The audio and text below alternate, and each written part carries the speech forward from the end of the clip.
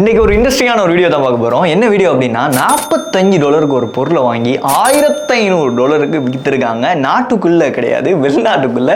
அது எப்படி அப்படின்னு சொல்றது தான் இந்த வீடியோல பார்க்க போறோம். ஸோ இப்போ அந்த வீடியோவை பார்த்துடலாம். இது பாத்தீங்கன்னா பப்ளிக்ல வந்துட்டு ஒரு சேலுக்கு போட்டிருக்காங்க. இது $45 வந்து விற்கிறதுக்கு போட்டிருக்காங்க. இதே பொருளை நான் இன்டர்நெட்ல ஃபைண்ட் பண்ணேன். பஸ்டன் அப்படின்னு சொல்ற இடத்துல $600 இதை விற்கிறதுக்கு போட்டிருக்காங்க. ஃபேஸ்புக் மார்க்கெட் பிளேஸ்ல ஆல்ரெடி சோல்ட் ஆயிட்டு அதே பொருளை இவர் ரொம்ப சீப்பா $45 வாங்கியிருக்காரு. ரொம்ப நல்ல கண்டிஷன்ல. ஸோ இதை வாங்கினதுக்கு அப்புறமா என்ன செஞ்சிருக்காரு அப்படின்னு சொன்னா, இந்த பொருளை வந்து விற்கிறதுக்காக ஈபேல வந்து போட்டிருக்காரு. $1499 கிட்டத்தட்ட $1500 அதை வித்திருக்காரு.